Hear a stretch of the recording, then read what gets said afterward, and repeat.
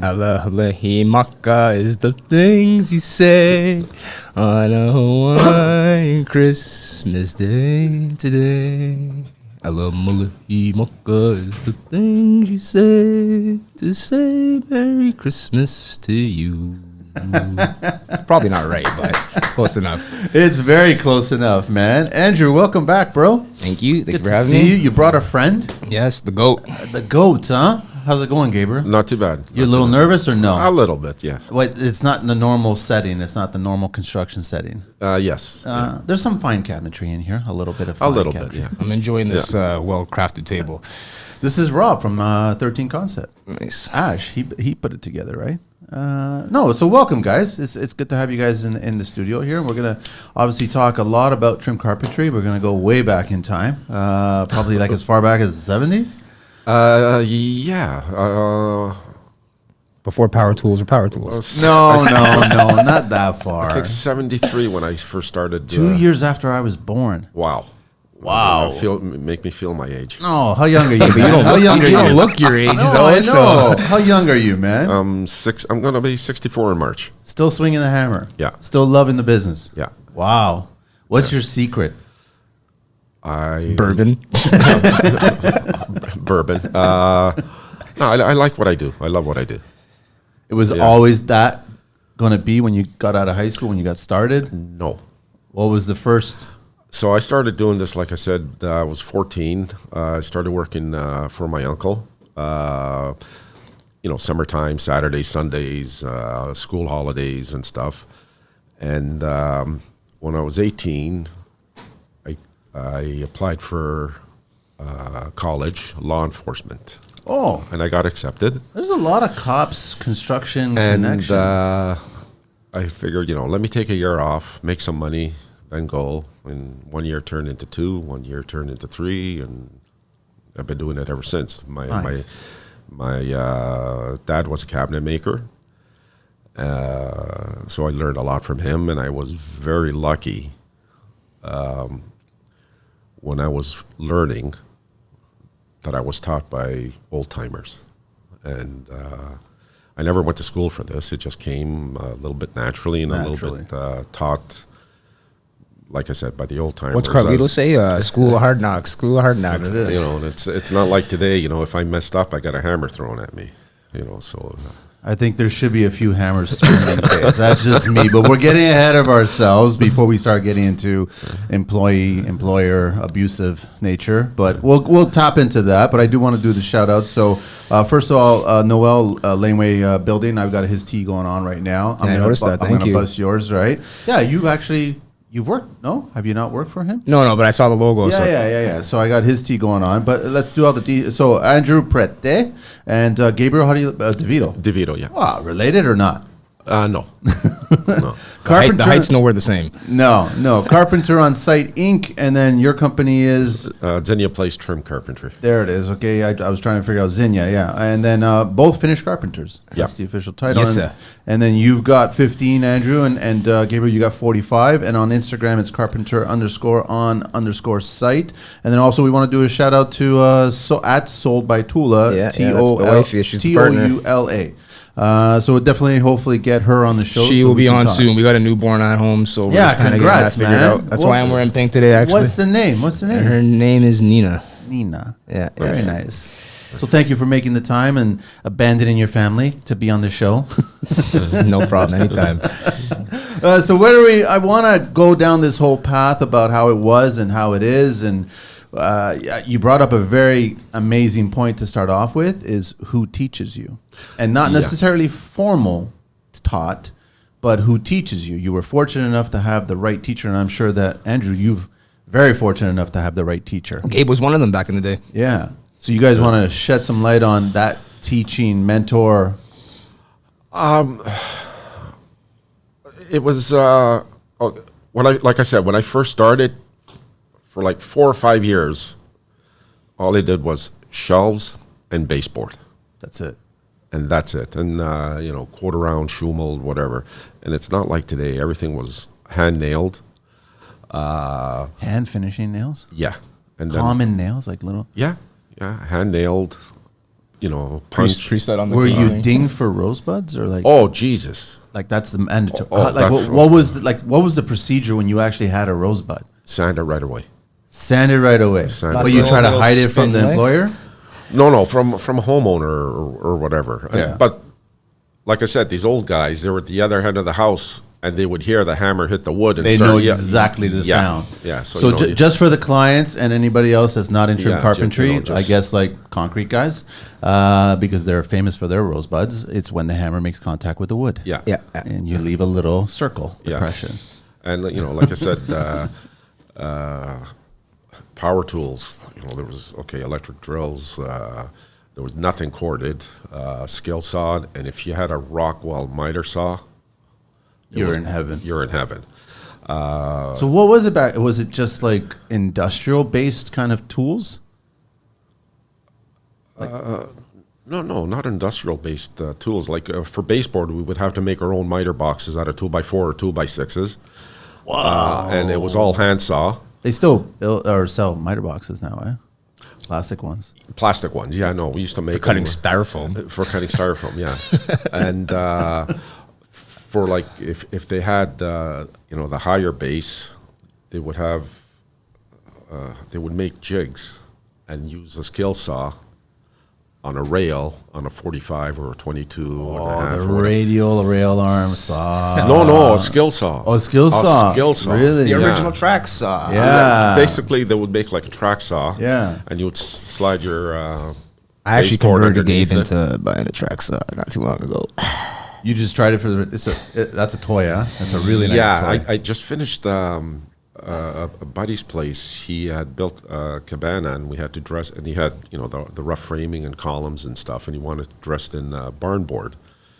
And when I did his walkout a couple of years ago, maybe 4 years ago, I used a table saw to cut the 45s, and I said, man, I went out and I bought a track saw, and it made life so much easier. After I told you need a track saw, Yeah, you which should one- stop which using one the did you table get? saw. I got the Makita. Makita. And he Yeah. went to go see our boys in Mississauga Hardware. There we go. I noticed that you're wearing a Saga hat. You green, know I only represent Green. Mississauga Hardware. and you're lucky enough to have a green version. I am. That's rare. That's almost like first edition Dark Knight or something like that, man. Hey, Like man, that's you- insane. If you're gonna represent, you gotta do it Oh, properly. you got to represent. The boys are all good there.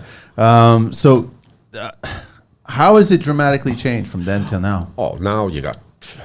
Or when did it change? At what period did it start changing? I guess when I say change, maybe more the loss of love and the gain of love for money only, and not for the skill. That doesn't happen. I think that probably changed in the mid '80s. Really? For you? No, not for me. So I guess it would be. This is going way back, and I can't remember all that. Most of the stuff. 40 years. We're talking about 40 when years. pre-hung first I started. mean, I was just born. Oh, that's so. In the 80s is when pre-hung started coming onto the I market, think it was in the '80s, early '80s, which is Like such a what? Like knockdown frames? knockdowns came first, then the pre-hung. But back then, at least a pre-hung, it was 3/4 inch finger joint stock material. Not now three-eighths, it's half inch. Now it's half inch. 7/16 It's 7/16. MDF, And then back then at least you could work with the pre-hung, and so In all fairness, if you install a pre-hung properly, it works. I don't prefer it.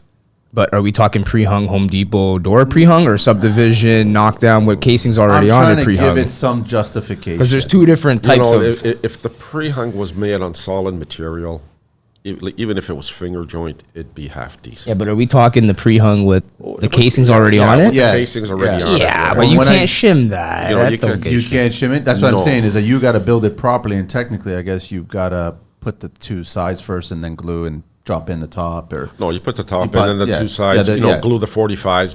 But there's no shims behind who's the. doing that? And exactly, it's air. It's air. It's shims. just the casings are holding it in the 2-inch nails from the doorstop. Basically, just you slam that door hard enough. it's going to fall off the hinges. it will fall apart, right? Yeah. Yeah. Especially if the door opening is too big and you're only using 2 1/8 quarter. Trim. Yeah. Yeah. You know, but now it's just production in the subdivision. Okay, you know. I take it back. I fucking hate the pre-hungs. Yeah. I was trying to justify them somehow. So, Yeah, for speed. Can I tell you a quick story? So it was, I guess 32 years ago, my dad. I was just born again. Thank you. Stop reminding them. So my dad was working for a furniture company, doing furniture and stuff, and he was on holiday, and he wanted to come and work with me. And a buddy of mine from Geneva, he had called me and said, "Listen, we're in a bind. We need a couple of houses done in Whitby." And I said, "Okay, I'll go do it." So my dad wanted to come and work with me for a couple of weeks. And we drive out to the site. I started unloading all my tools and stuff, and he goes, "Where's your router and your jigs?" And I go, "I don't need them." He goes, "What do you mean you don't need them?" I go, "Come inside, you'll see." So all the material is up against the door, and he sees the pre-hungs. And he goes, "What the hell are those?" Never seen a pre-hung in his life. Never. And he goes, "How do those work?" And I said, "Okay, I'll show you." So I put one up, and he just shook his head, and he goes, "Poor people." He saw the end result. Yeah. And he said, "No, this is no good." Meanwhile, you've got a builder who wants to make money and only make money, and saw the first result. You didn't see the end result. Yeah, for like right now, like subdivisions, whatever, it's just production and in and out, and that's it. Like when we go into a house, we're there anywhere from a month to 2 months in a house. We're talking about a big house, though. Yeah. Like 5,000, 6,000. Yeah, and everything is done from scratch. Machine the doors, machine the frames, Yes, shim yes, everything, yeah. and cut everything on site. And So here's the big question. Are trim carpenters today underpaid? Yes. Oh, definitely. How much are they underpaid? $500 an hour underpaid. No, I'm playing. I'm not disagreeing with you guys. There's a lot of ask for trim. It's no longer the days of base. Well, finished doors. carpenters hide all the lack of care everybody else put into that build. If the wall is not crowned The wall's properly, not, if the door openings are not done properly. Yeah. If it's all your problem now. Yeah, like even in custom homes, I've noticed lately a lot of the framing. The older guys, they will leave you that extra half inch. Yeah. On the opening, because they know it's 3/4. You got to shim. And they know that ball bearing hinge takes an extra little bit of meat on the screw past the jam, so they compensate for that stuff.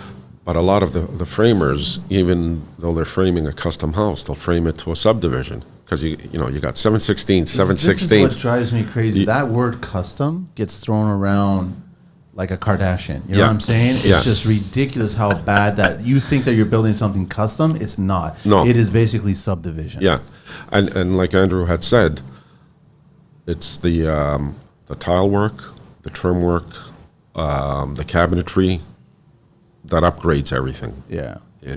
But And like painters and trim guys and cabinet guys are at the end of the budget. Framers got paid, so you gotta make miracles happen. But on clients the are also asking you guys for everything. Oh, you got a nice big front door installed, but we didn't want to put the handle on. Oh, since you're here, slap the handle on. It's not right. It's not. It's not. And what do you do when they owe you money? Say no? You play that game. Has that game always been in the? It always has been. There's some really good builders out there that they know your worth and they know the extras and whatever, and they'll pay you. But then there's some people that, again, like Andrew said, they try to take advantage of you. So have you built? I mean, I think when we chatted recently, you've got your go-to builders. You're I'm actually making that list a lot smaller. That's now. what I'm getting at. So it's like you focused on finding the right builders that respect and understand. Well, the your right skill builders set. found me, and like the guy, like what we do, and then you kind of pick and choose who you want to work for. So now it's like I'm loyal to these, for argument's sake, 5 guys. Yeah. They treat me good. They pay the bill. They don't give me any headaches. If they do, I'm compensated for it. Yeah.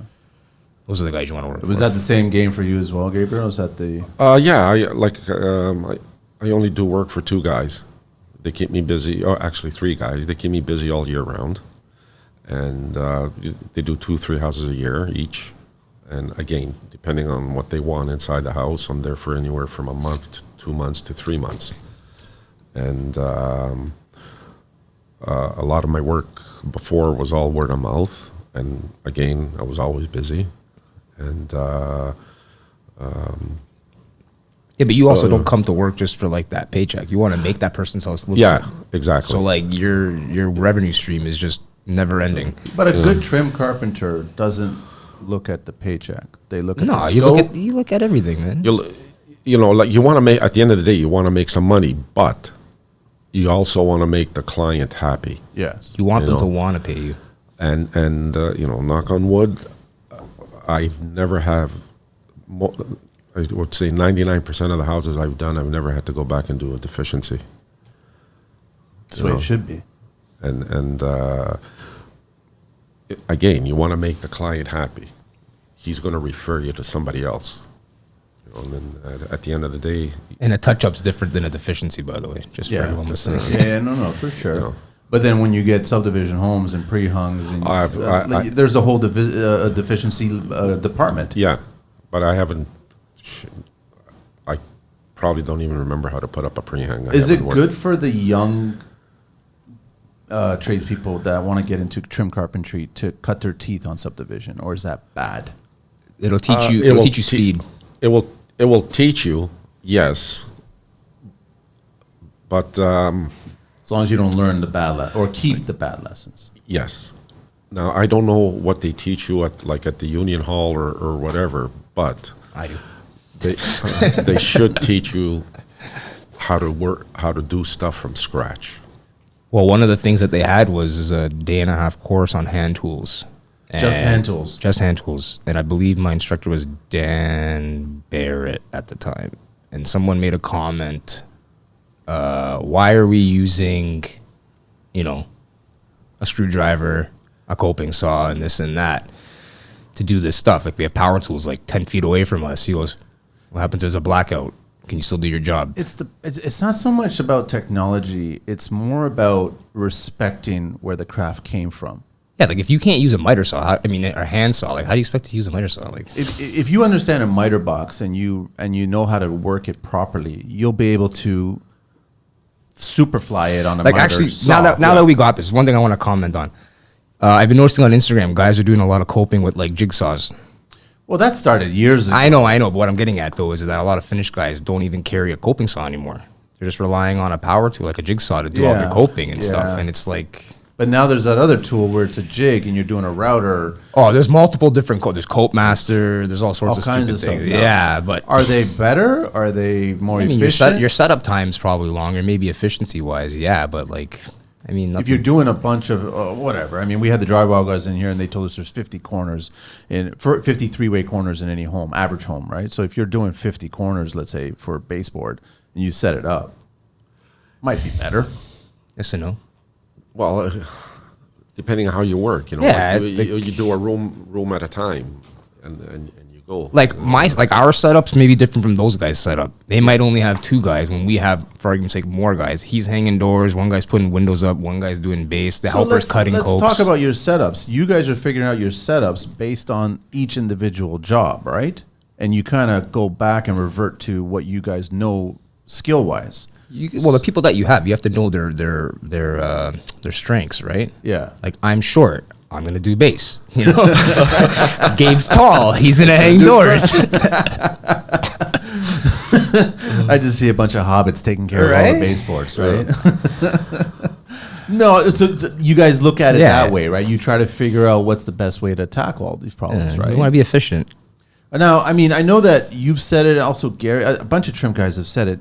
You guys are lone wolves, for the most part. It's always one guy, or I haven't seen a girl yet, but there's always one trim carpenter that comes in. They kind of like it that way, but I feel that you need a second. You need someone that's you're not worrying about them. They don't need to lead. You just need to know that whatever task it is that they're doing, You don't have to look over. you the don't gotta look shoulder. over it. Like if Gabe takes on a house and I'm there with him, like, and he's whatever on the other side of the house, he knows that if I'm in the basement, Production's happening. production's happening. What were your initial thoughts when you first met Andrew? Ooh, this was whoa, hold on a minute. He met me Well, when you 10 years ago, probably when I just no, got. longer. Well, there was an initial meet where it's like, hey, I'm a new guy. Hey, Yeah, I'm I old definitely guy. was a new guy, so I'll let you answer that. I was helping out a buddy of mine that I've known again forever, and he had hired Andrew. And I was greener than green. So this was like 16 years ago, I guess. Listen, just for the record, everybody is greener than green at the very beginning. Yeah, no. I'm just saying. It's Yeah. like I didn't know anything. Like I was there to learn. I wasn't there to lead or do anything along the lines of that. Yeah, so this was like I said, about 16, 17 years ago, whatever. La it was. Primavera Banquet Hall. Yeah, and he was new, and so I would just You would do your job, and I would make your life easy as best I could. and I knew he was new or whatever, and you just kind of guide him, do it like this, do it like that, do this, and he was picking things up. You didn't have to look over your shoulder to realize, is he doing it right? Is he being safe? Is he No, being he would smart? ask me if I was doing it right, and I was go over, and yeah, that's fine, if you want to do it faster or better, you do it like this, and that was it. But he wasn't the first guy to approach you to be on site to do work with you. So you must have had a lot of other guys during the course of the years of you working. And I'm just trying to get a feel for how they interacted, I guess, with you on that first day, so to speak. Well, most of the people to tell you the truth, most of the people that I've worked with, I knew since I was a kid. Like I okay. said, I started when I was a kid, and these guys were older, and I would work with them over the years. So if you're on site and you're working away and some kid is walking down the street, smells lumber, and walks on the site, introduces himself and says, listen, will you give me a shot? How are you going to react to that? Well, you have to ask them what kind of experience do you have? If I'm right out of school. But the first good thing that kid just did was walk on site. Yes, exactly. if he does, like if he had gone to trade school and knows the basics, yes, of course I'll give him a shot. Okay. But What if he's got zero? What if he was, for argument's sake, a security guard? No, I think there's a prerequisite before you actually Well, show. that's not true, because the guy T that I had working for me was a security guard, and he knew nothing. And up until about maybe 6 months ago, he was doing stuff by himself. Okay. He knew nothing. Like, like if you have the time, He was hungry. yeah, he was hungry though. and that's the other thing. A lot of kids aren't willing to learn. They want to get right where you are right away. Yeah, I remember I was doing a funeral home, and That's fun. yeah, For your own good? It was all gutted. Another one that I did was operational still, but anyways, that's a different story. Okay. So I put an ad in the paper because it was a big project. The obituary? Yeah. So that this guy goes, yeah, he came. I got 10 years experience and this and that and whatever. I said, okay, come over. I'll try you out. And we were doing crown molding, and I said, okay, start cutting some crown. And I just happened to turn around and saw the way he was holding the wood up against Fence? The the fence and the machine and the miter saw. I said, no, this guy's got no experience at all. I gave him $30 to take a cab home. I said, Nice. see you later. Paid him to leave. And I guess that's the other thing is that if you are a new person, bullshitting your experience will only get you so far, but you'll get called out very quickly. Yeah. Very fast. So you're better off to not bullshit your experience. Yeah. And just show. Just the say it. initiative. Listen, I know Just say nothing. it. That's it. yeah, Yeah. You'll learn and you'll be. Someone will want to teach you more if you're not a yes man. If Yes. it's not, I know this, I know that. That's it's like, exactly how do right. you do this? How do you do that? Oh, Yeah, okay. yeah, Let's evolve together. yeah. But and then again, the other thing is like the time to teach someone. everybody wants things done yesterday, so you don't have that time to. That's time out of your day that you're making money if you don't. Okay, so where were we at before we were? Well, guys walking on site and teaching and time Well, loss. because that's the biggest thing. I mean, first of all, in all fairness, listen, you guys are the quarterback. I don't care what anybody says. When you get on site, a skilled tradesperson that's a trim carpenter, you guys We're also are, the chief finance executive too. Oh, I right? know, but the thing is, there's a certain aura around you guys, like, and the good ones. But all the young ones want to be that, I think, too soon. I think that they have to cut their teeth. They have to. Yeah, of course. So, and I'm trying to figure out how do we educate them on how to do that. So first of all, yeah, walk on site. Don't bullshit. Be honest about your situation, where you came from, who taught you, where'd you pick up anything, if you have anything, like those kinds of things. Even if you don't know anything, just say that. That's because that's better for you. Yeah. Of course, in the long run, yeah. Yeah. I'd rather spend a couple days knowing that you don't know anything and to give you some like basic knowledge, and then just evolve off that. Don't come to me and be like, yeah, I can do this, that, I know this, and then you don't know who got's like. That brings me up to the segment, the first one that we're going to do. But I do want to ask, wait, are you still a step bevel guy? Like, is that your favorite, or is that the what? I'll do anything. That doesn't. But bother do you me. have a favorite Profile? Yeah, I like old colonial candlestick. Me personally, that's a nice one. it has a nice shadow line when you install it. It gives you a nice profile. It's not too busy. If you get the 8.5-inch base, it's got a nice flat to it. Yes. So I like me personally, like I would use it. I put that in my personal home. I do a modern farmhouse style. Yes. Worked perfect. No shoe mold. What's yours, Gabriel? You've seen enough of them. I like the step bevel. Are you serious? Yeah. You Sure, must be 'cause the he could- 'cause first person I know of like this age group that. I like Because the it's step. easy to sand. It's not. No, it's. I don't know. I just like the Two way. steps, man. I just like the way it looks. It does after look it's clean. It finished. does look clean. It does I look know clean. it's kind of ironic. It is. Do you like the it with or old without school shoe mold? Toronto. Yes. It is a very much old school Toronto, but with Yeah. what is it called? The jack miter. Yeah. But nobody does jack miters these days. Nobody's going to pay you for that. How much longer does it take to do jack miter than it does regular miter? A lot. Like it's dramatically different. Yes. You got it, and that's where the skill comes in. Yeah. And I do still want to come back to coping, right? Because I agree with you. There's a shitload. Of And actually, I'm gonna rephrase the last question you asked me in the last episode about coping. But when we get to that, I'll. what was clarify. the? I should. You asked me I if I got to was. do homework now. You asked me if I was a 45 or a coping guy, and I answered to you 45. I can make a house look just as good. Yes, but I like to rephrase that just a little bit. If I have somebody installing a baseboard after me, like I'm cutting the house, I'll cope it because I know it's idiot proof. If I'm cutting and installing, I'll take the judgment call. But then you know how to make it a 44, 46, 40, whatever. Correct. That needs to be that corner. Coping gives you a lot more play in corners. I mean, inside corners. Are you a miter or coping? Coping. You're coping. I'm 50-50. You know what? It's whatever works for. It's back to your setup.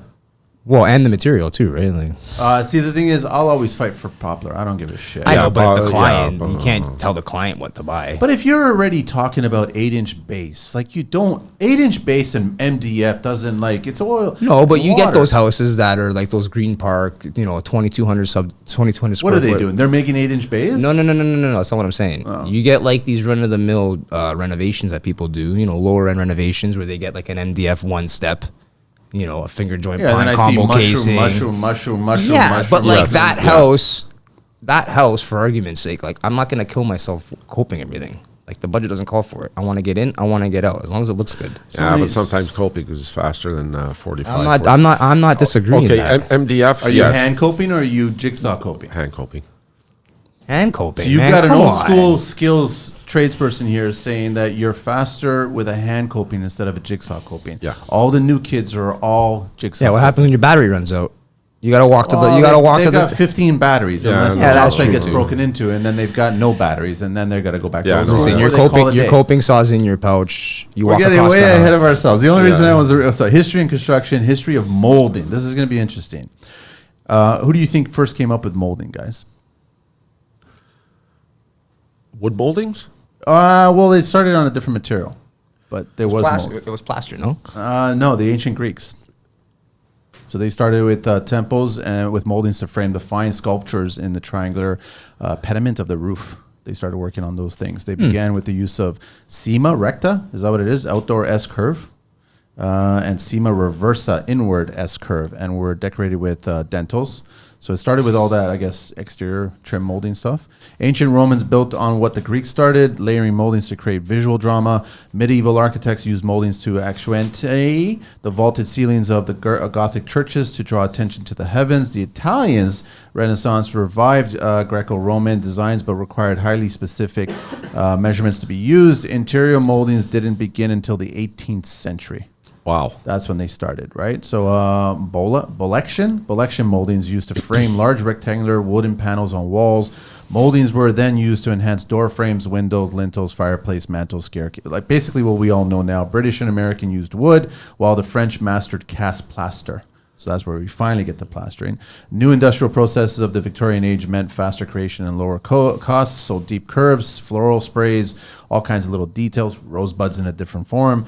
Modernists of the 20th century rejected access, and moldings were briefly deemed unnecessary, but they returned soon after in much simpler designs to what we have today. That's a little bit of history of the moldings. So it's always fun to find this information. But let's go back to, so if I've got all the fanciest and the greatest and the best, latest tools that are out there, am I a trim carpenter? No. Nah, man. Thank you very much. You're someone that's got some cash in the bank that bought some tools. That's what you are, exactly. Yeah. There is a lot of skill behind the actions of a trim carpenter, right? It's not the tools. It's like you take away a miter saw, I'm sure Gabe could still cope his crown and install it. That's a very good point. It doesn't matter, like you just said, it doesn't matter what the tools you have. You need the skill to use them, and the know-how. Also understanding what you're doing and why you're doing it that way. It's not just like chop, chop, chop, chop. Yeah. There is a miter saw used for chop chain, like there's framers and whatever. Yeah. But then there's a miter saw used for actual skill. Yes. Right. And then there's still an origin. I guess it's an origin to everything. And I think a lot of trim carpenters of today don't understand the origin of it.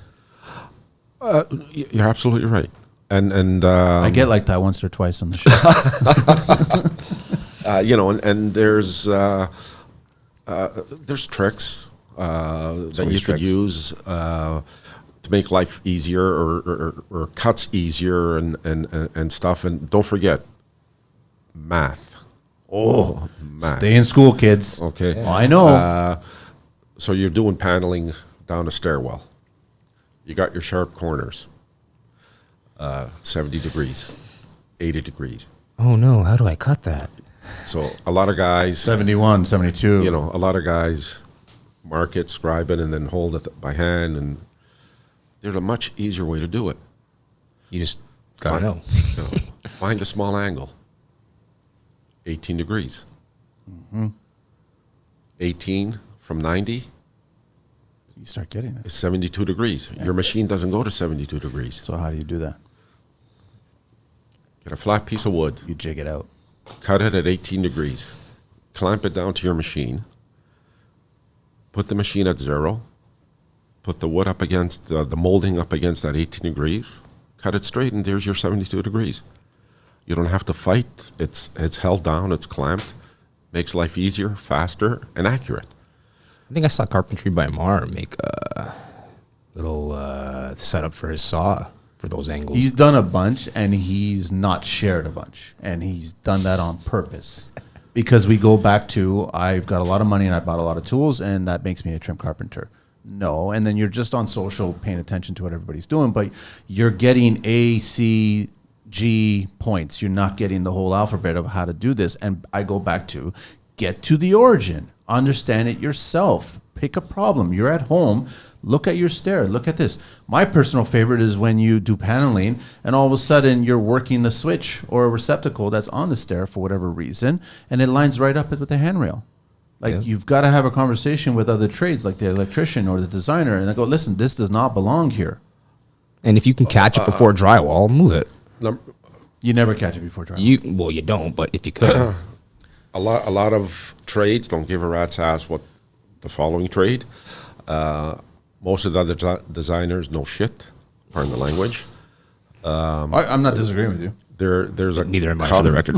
There's a couple of good designers out there that are amazing, but just a couple. They respect the craft. There's not that No, many, they understand it. you know. Yeah. There's one particular one that works for a builder that I do some work for, and she's amazing. You walk into the house, there's a Wanna give a shout folder. out? Sherry Gibson.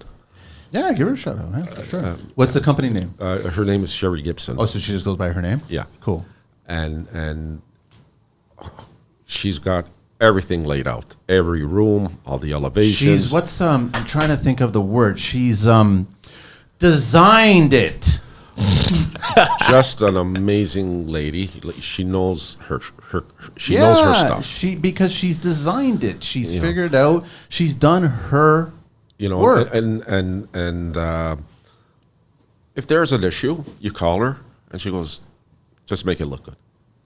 She's worked with us for long enough to know. Yeah, but she trusts that you're gonna make her product look good. And then she's one of the very, she's good. It's when you go into a house that she's done her stuff, it's just it's nice to work in. Is it possible to? Okay, let's say for argument's sake, you're going full MDF on everything. Is it still possible to? Listen, I'm trying to give hope here. To still make it look beautiful, because the majority of the business, Yeah, but right the now, longevity of it won't be beautiful. I go back to the shrooms. It's almost like I want to call the police. It's not even that though. Like, Even just you running your central vac hose along the jam where it the meets an archway, baseboard, you're gonna and chew that edge up. It doesn't scratch it. It grooves it. It proves it, yeah. Now you're making profiles. Yeah. And you're just vacuuming the shit. Not to mention in bathrooms, with moisture, the steam, with the moisture, But is it also just me? Do I not get a better sense and feel of touch when I see poplar and it's sprayed? Yeah, and yeah, sanded? yeah. Oh, You definitely. still get a sense of the grainness in it. It looks like wood versus MDF.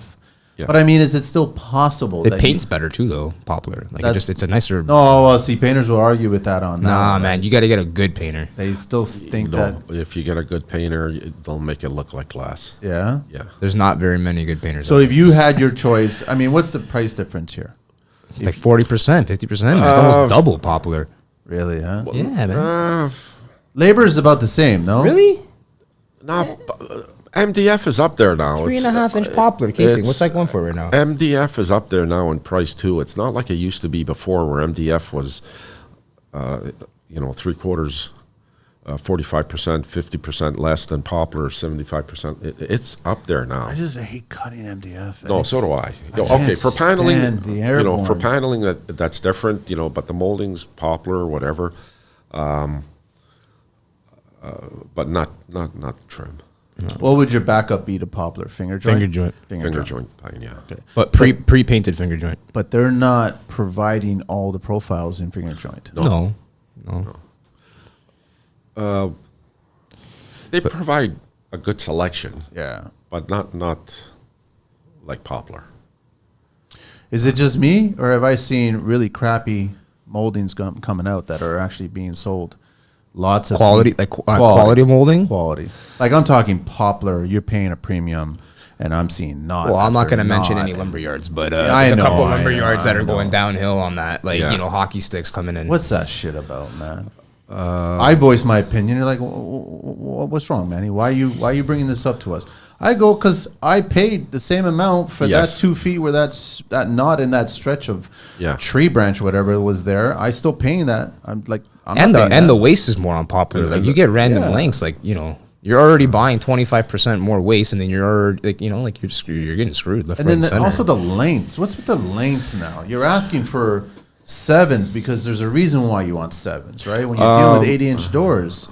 But then Yeah. they go, we've got 8s. I go, well, Yeah. then I've got a bunch of 1-foot cutoffs that are Yes. going to be basically kindling now. Yeah, money. Well, it's winter now, Manny, so you have a fireplace? No, that's Yeah. not the point. You're misunderstanding what I'm trying to do Yeah. here. It's been like that for a while. Lengths. The quality in the last couple of years has gone down.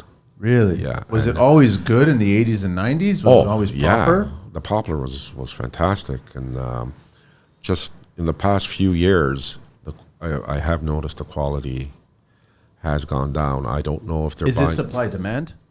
I don't know if they're if the mills are buying Like fast grow trees or whatever. fast growth trees or less quality of poplar, and you They know, must be like a harvesting. B grade or Yeah, whatever. They must be harvesting. and them. they're still charging The premium. You know, and I can't answer the The question. downfall too, when you're working in like a huge house, like the one that we're on right now, you'll get like the top floor sent to you, and then like 2 months later, the main floor, and like the milling's just like slightly different. That's always the case. I know, but That's- it's like, come on. It's a different run. You know, they're not. It's not 100. It's So wood. how do you? Because I've come across that too. How do you solve that? There's two options. You either work with it on site, which means that you're going to spend more time to make it work properly, or you return it, which consumes time on the schedule because you're already there. For a Either set way, time. you're screwed. Either way. Yeah. What is better for an experienced trim person? Do you have a relationship with the yard? Send it back. There's that. There's that, or you know, usually if it's a different run and you're left over with some material upstairs, use that stuff inside the closets and use the new run Good point. on the outside. Good point. You know, so this way all that stuff. Yeah, but then you got like in the back of your head, it's like, okay, man, I gotta check every piece now. It's like, what's going on? Yeah, here? but it's you know, it's You're back to time. you know, Yeah, it's yeah, it's just a slight difference that.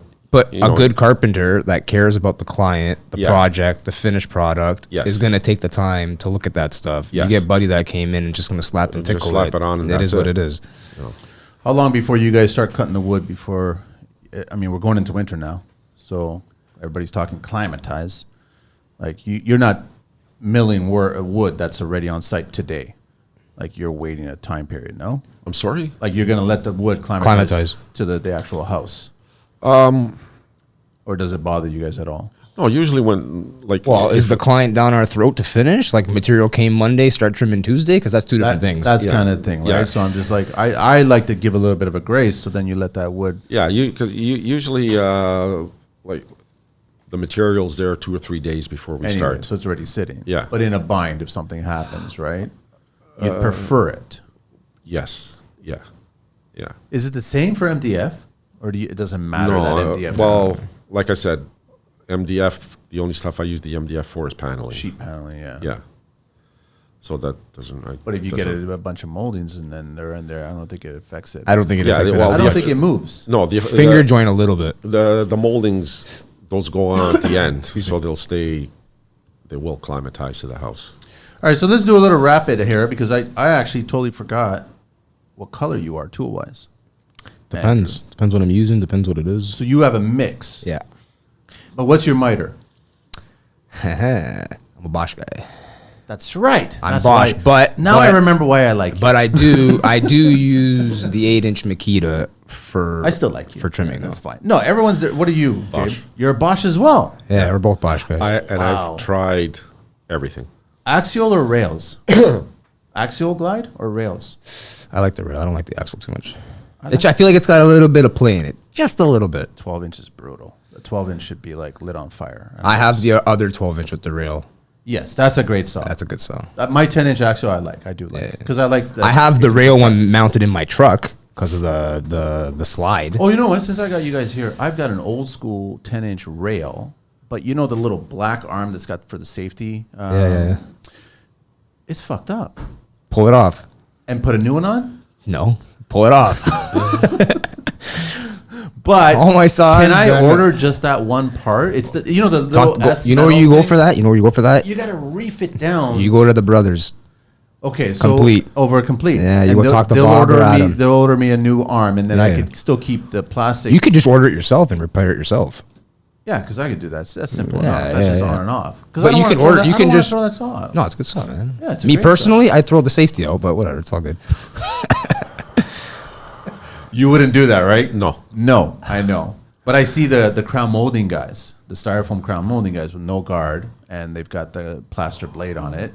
Still dangerous looking. Dangerous as hell. Like I get it's a concrete blade, and it's like I don't know, 1/4 inch thick or something, but it's still dangerous. Yeah. No, I give him shit for that. All right, so you're Bosch Makita, You're not gonna and change you're my mind Bosch on N, or are you just Bosch? I got Bosch miter saw. But most trim guys today are DeWalt or Makita. DeWalt table saw. I like. The DeWalt table saw is rack and great. pinion The one. rack and I pinion like is. my Bosch saw, man. Man. I got both Bosch and What is it, the 4200 or whatever? I like it. I do like it. I like the gravity stand. Like I said, I don't have that I've stand. used- I have the other one. I've used the DeWalt. I've used the Makita's a good machine too. The only thing that I don't like about the Makita is if it goes out of square, there's only a minimal adjustment on it. Okay. Whereas the Bosch, you could adjust it nicely. Like if it goes out of square, it's Well, stop dropping your miter saw. Man. So why haven't you guys on the Festool train? That tool's overpriced, man. it's overpriced. Mind you, though, The tools are good. the Domino's where it's at. That's my next question. Yeah. Biscuits or Dominoes? Domino. Dominoes. Yeah. I have Domino's? a biscuit cordless Makita. I like it. I haven't set aside the cash for the Domino yet, but I will be getting it. How much is a Domino?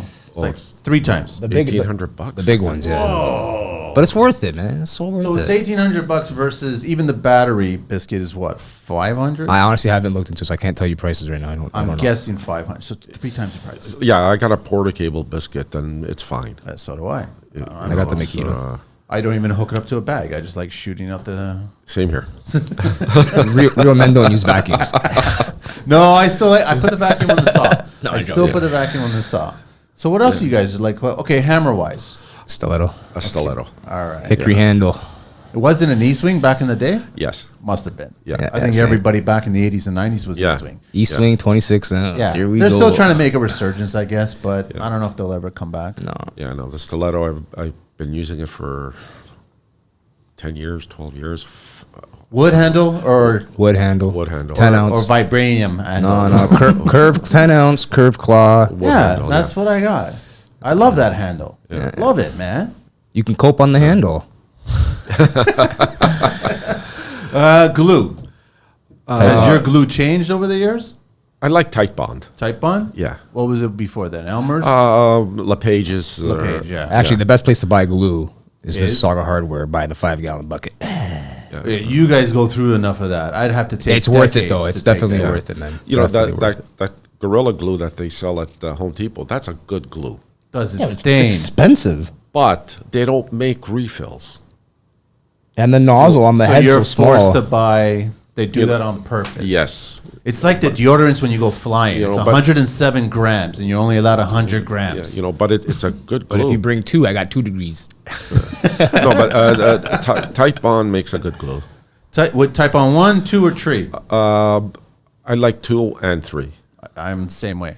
Yeah. I actually prefer 3. Yeah. The open time is better. Whatever, it's a whatever little- sticks. Huh? Whatever sticks. It's a little bit more money, but You it's can't say whatever sticks because everybody's there. Listen, No, I'm a Type Bond guy. I'm a Okay, Type Bond guy. instant bonds though. Are you guys Like the miter repels and all that stuff. Like that stuff's good for for small work. for small stuff. Yeah. Like if But I'm you trimming wouldn't use it stairs. for all your miters on everything. No way. That has zero It holds expansion. It has nothing in it. So then it's gonna crack. Yeah, man. Yeah. You know what you use that for? You're making a jig. You need to do something quick. Quick. You're doing like a small panel mold where it's too small to nail to, so you just glue it up real quick. You glue that to the wall, like stuff like that. Tack something in while you're doing something. Like that's when it's ideal. yeah.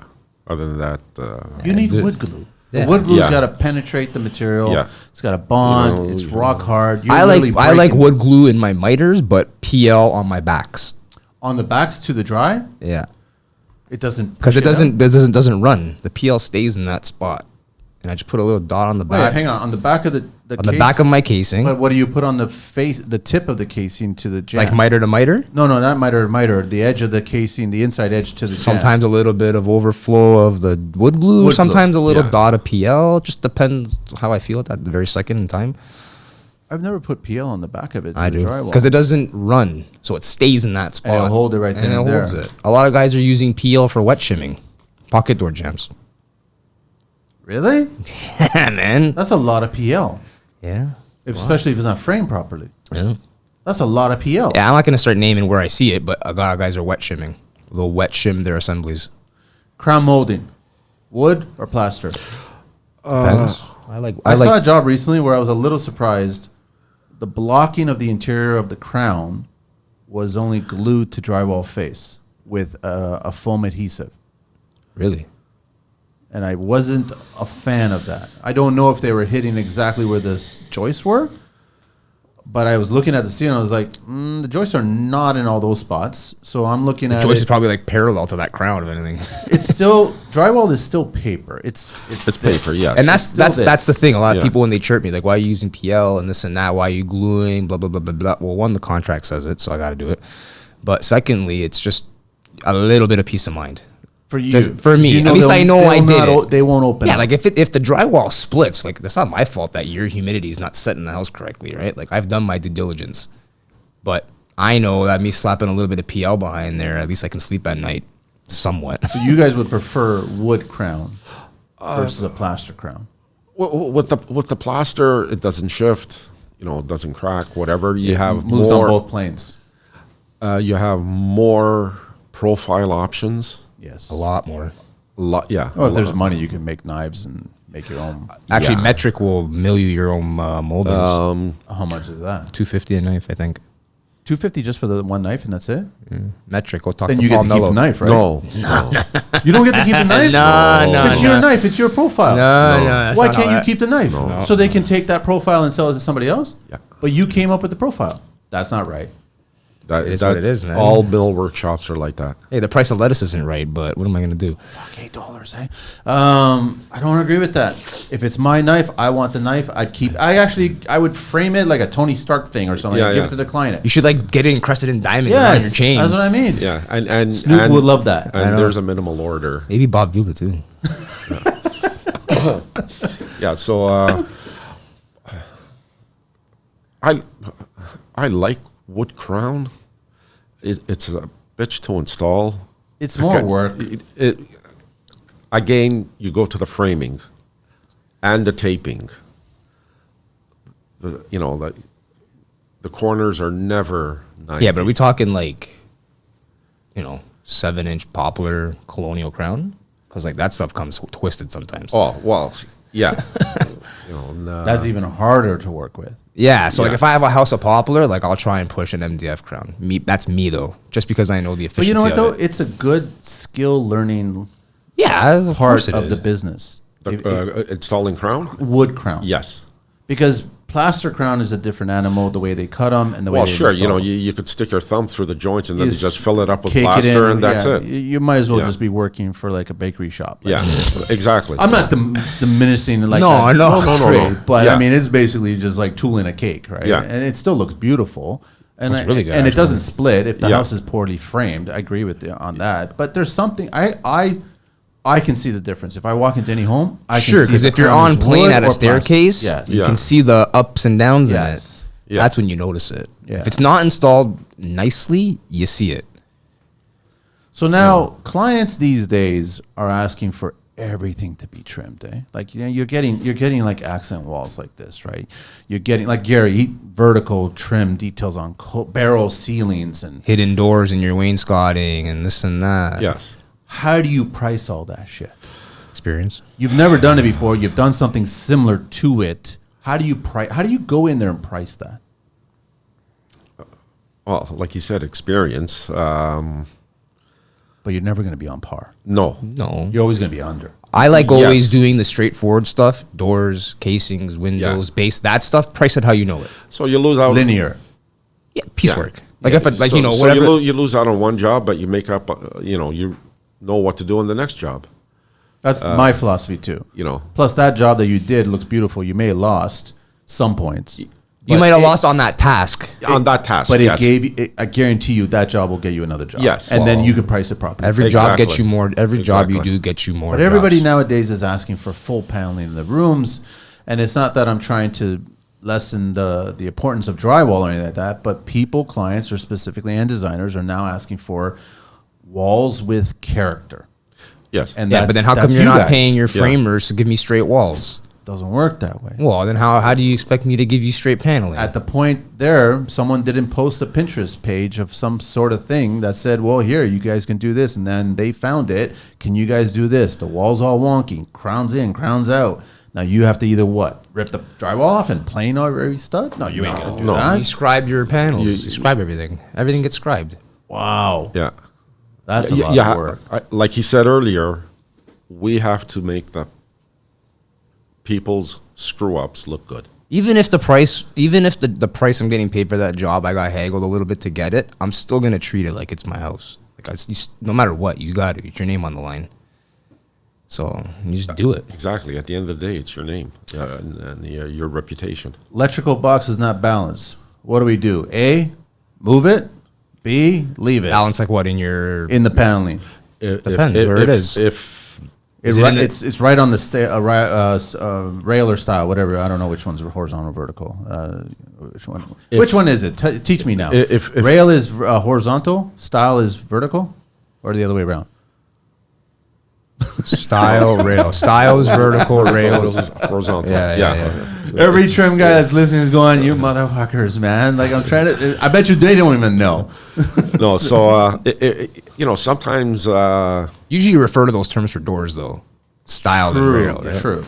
So if there's enough wire, sometimes we move it. Well, a good electrician would leave 12 inches or a a little bit more at every box. Yeah. For this reason. But again, if you know there's paneling, though. But again, you either go back to the designer or to the builder or whoever. If you know that this room is getting paneled, call your trim carpenter. Just to do a site walkthrough. Just to have a conversation, just to see where you want. Like if you know you're using an 8-inch base and a rail and you're going to be like 15 inches off the floor, don't set your outlet at 16. Like, or commit to going base. Yeah, exactly. Yeah. So, like most houses that I've been working in on the main floor, the plugs are all in the baseboard, which makes life easier for paneling. I do like that. Yeah. It's beautiful. Me personally. Yeah. I do like the look of that. And sometimes you got to just do it just to like cheat your paneling. Sometimes if your style is wide enough, the plug looks good centered. True. But sometimes it doesn't work out because the stud is right there. Yes. Then like you said earlier, if the electrician leaves the 12 inches, you could shift it over and whatever. But going back, there's paneling going in here. Try to set it up where the plugs are in the center of the panel. I'm dealing with today's clientele, how they'll make decisions on the fly right then and there. Yeah. I know we didn't discuss paneling on this wall, but we'd like to put paneling on this wall. Yeah. For whatever reason, how much would the paneling cost? And now you guys have to go in there and assess how bad is the wall, can it make it happen for the time that you're being allowed, and also the cost, budgeted wise, because they don't know for sure. Yeah. Right? Yeah, but there's ways of doing it. To figure it out. Sometimes even just the feature walls, you just leave them as extras. Just price the normal stuff, and all that stuff's an extra. So when you guys go in, do you guys really love it when there's a bunch of trades on site? When you guys are starting your scope? No. No. At the max, tile, right? At the max. At the max. Like if I'm upstairs and someone's in the basement finishing up, that doesn't bother me. Yeah. That's it. But if your drywaller is still mudding and sanding on the top floor, and bothering. That makes no sense. No. If I know I got if they said Monday show up, Monday I'm there, there's a drywaller, a painter, this and that. Like the most I'll maybe do is router my doors and then leave, so they're ready for when I come back. Well, you're there. I mean, might as well take advantage of it, right? Like. That's stacking the trades. I don't like that. I think when it comes to, it's no different than when drywall comes in. They don't want anybody in there. No. They want to hang everything as fast as possible. They want to mud everything as fast as possible. And then they hang it and start burying boxes. That's how fast. They get paid, what, like 25 cents a square foot? Sometimes, and again, going back, rushing. You go do your back trim, and plumber's there, heating guy's there. Discovery holes are there. This guy's here. Working on top of each other. It doesn't make things efficient. And all the doors are in the middle of the rooms painted. It doesn't make... Tim's and lunches all over the doors that are stacked. Yeah. I know. It doesn't make things better. And for some reason, our saw miter stand is always the boardroom table on site, always. I don't know how that... I don't know about you guys, but I freak out if I see coffee rings on my table saw. I freak out. Yeah. I'm sorry, but it's not a table, man. It's a tool. It's a tool, yeah. You know what? If you're going to do that, then go to the plumber and the electrician and the HVAC and start balancing a Tim's on their Sawzall or their, a whole hog or whatever. Do that then. Why don't you do that? Oh, because that's not right? Well, it's the same thing. It's the same thing, yeah. Shouldn't do that. I want to get into nailers. Ooh. I'm guessing compressor for you, Gabriel. I just switched my brand actually. Yeah. Okay. And you're still on compressor, or you're doing batteries? No, you're I'm compressor. You're compressor, Yeah, right? the battery can't. What keep up to nailers me. are you using nowadays? So I was big into Hitachi and stuff, and Nice. now I'm jumping into Omers after dealing with Gabe's nailers. Omers. Omar, I don't even know that one. Italian brand. Only one place distributes them. And they're good. Angelo's Electric. They're really How cheap. old's that one gun that you have? No, they're. You know what? They're expensive, man. They're They're, expensive for what they're 350, 400, 450, for a nailer. That's not bad. and they're Yeah, but they're good. great guns. Always losing the tip? No, The tip stays on? It's built Oh, into it. it's It's like the tip the is plastic Yeah. plastic tip. Yeah. I took mine off. So you don't, and it doesn't mar? No, Really? no. Am I wrong to say that the Waltz mars all the time? And They all do. They all- They all over nail. Shoot They too all much. do that Yeah. stuff. They all do. everybody now on social media is all battery power 18 gauge. I don't and know. 6 Yeah, so they don't have to gauge. carry a compressor around. There's different size compressors. But Omar. Yeah, but when is- you got 3-4 guys on a site, No, just bring one compressor and that's it. yeah, like one big compressor. Yeah. yeah. Split it off. How many? But like, Yeah. okay, cordless is good for service calls. Yes. If you're trimming a house, you have your whole baseboard cut, the whole top floor. Like, that's not going to keep up to me. Not me, but in general, like It won't. It won't. I It's not know going to it happen. won't. I know. OBC talk on trim work, guys. Here we go. Trim, millwork, and fire. Combustible millwork is permitted in a building required to be of non-combustible construction. So it is allowed, what you guys are doing. Obviously, we've been doing it. This includes interior trim, doors and door frames, show windows and their frames, aprons, backing, handrails, shelves, cabinets, and counters. You guys apron guys, or you guys picture frame? Apron. I like apron. I like apron and sills. Yeah, Sills, eh? yeah. This house that we're at right now, we're doing mitered sills into the paneling. Mitered. So the paneling Oh, is wow. the window. So the baseboard goes down to the floor. Yes. Because if you would do a picture frame and then put the baseboard, because the baseboard You have is like a 13 6-inch inches. square under the window. So the windows are so low that they're Yes. so It's close. not that they're so low. The base is so high. The base is so high. Because the shoe mold's 5-inch on this house. It's another baseboard. It's another base. Yeah. So it's a 9 1/4 inch 2-step poplar base, and then a 5 1/4 shoe mold. So we're outlets setting- in between the profiles. So we're setting it up at 13, 14 inches. The main floor is at 14. Yeah, 14. So where are all the receptacles? In In the shoe baseboard, In the between the baseboard. bottom profile of the shoe and the last profile Horizontally of the base. or vertically? Horizontal. Yeah. So That's nice. So what? That house that I posted yesterday. That's that house. Yeah, I'll so send you a picture of the So Yeah, we that's did beautiful. so we did the baseboard down to the ground. No, and- casings to the sorry, casing. casing down to the ground, and the sill is mitered and created a panel, and no base under the and window. no baseboard under the window. It's just scribed to the floor with the shoe.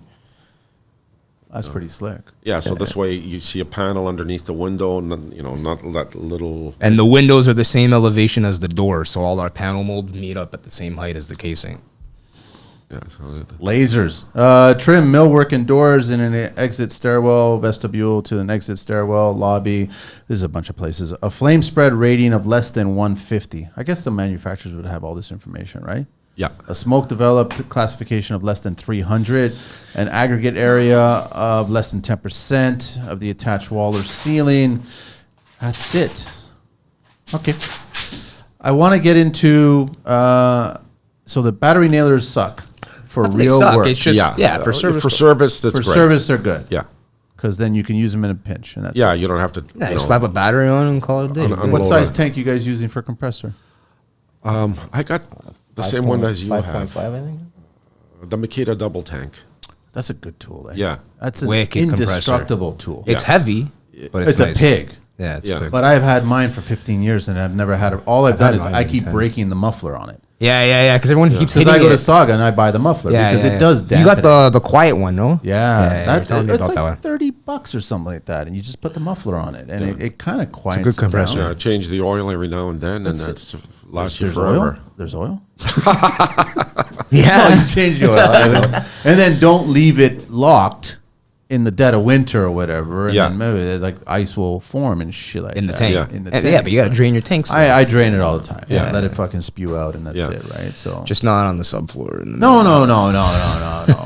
You know what? That brings up a really good point. So, are you guys walking in, and are the houses Clean? properly prepared? Yeah.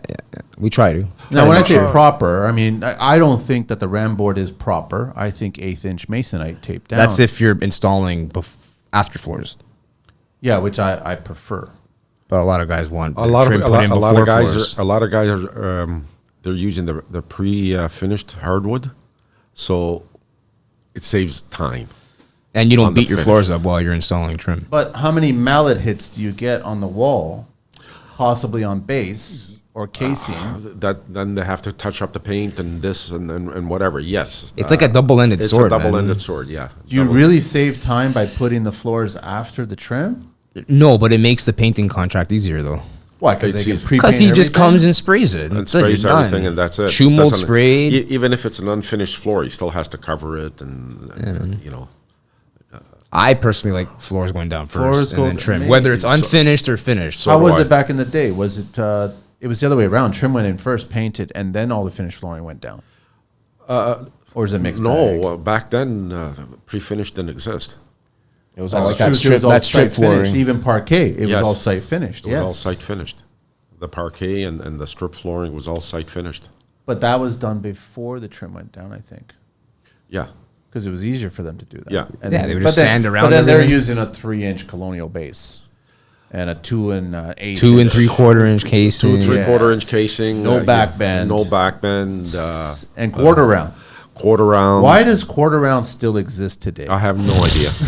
And what really infuriates me is that not only is quarter round the worst thing ever Isn't it invented, the best when you see quarter round on one step? Oh, it's the best. they even chamfer the back to save material. Yeah. At what point did they do that? Like, this is already a bad. It's almost like supercharging like a Chevette. Like, it made no Yeah. sense to do that. They did that. I think not to save material. If the walls were wonky Because that's or not whatever, stopping you from going. From going deep into the corner. Yeah. But yeah, no, I hate it. When was the last time you guys installed quarter? I can't tell you. I can't Quarter round? Yeah, quarter round. I can't remember. Been years. I couldn't even, I don't even know. It's been a long time. It's ugly, yeah. Yeah. And it really is ugly when you're trying to move furniture, get closer, and Yeah. the legs just hit it, and it brings Yeah, it out. yeah, quarter inch. yeah, It yeah. brings it out. Or even by like the Three- front door, three-quarter right inch, across, yeah. right across the thing there, and it gets walked on. Oh, man, it just gets beaten up. Oh, yeah, that's shoe great. mold, everybody, shoe mold. Yeah. But they've been using Schumel now for years. They got rid of the quarter round. What is the process of jack mitering? How do you do it, jack? For the casings, Yeah, I'll let Gabe take this one on. you remember? Because it does matter. I've never done. Well, it. it sucks on the profile that you're using too. Like if you got like No, No, But usually it's a step it's bevel. a step bevel. It's a step bevel. No, it's a step bevel, and then you could add the back bend later on if Yes. you want, because you're jack mitering only the step. it's the flat. You're No, the miter. The miter. No. No, sorry, the bevel. no. Yeah, You're, so no. you got your header, and You're coping the profile. You're coping cutting the out. You're cutting out the profile flat. from the back. That's Guys, I don't talk about again. that. The same trim guys were freaking out, man. You know, but we're trying to explain something. I know. from the back, and it's such an acute angle, and it just takes time. Time. A But Why? lot What's the of point of doing that? time. Why bother? I would do. Like, are we it. paying homage to like 160 years ago? Like, I would do it. I go back to the origin. A new kid, I go understand this shit. It's Miyagi. Wax on, wax off. No. I would do it for the origin of it. listen, if I was like refinishing a house, bringing it back to its historical state, like I did one a year and a half ago for DRM, and we reused all the walnut stuff, and that was all jack That's stuff. different. That's Yeah, but That's it when was you the have to rule. reuse that stuff, right? Just because the client wants that done. But like, if I'm going to a house doing one step, you think I'm going to be like, okay, well, today we're going to be doing jack miters on this house? Yeah. Nah, man, like it's not going to happen. month 2, month Yeah, 3.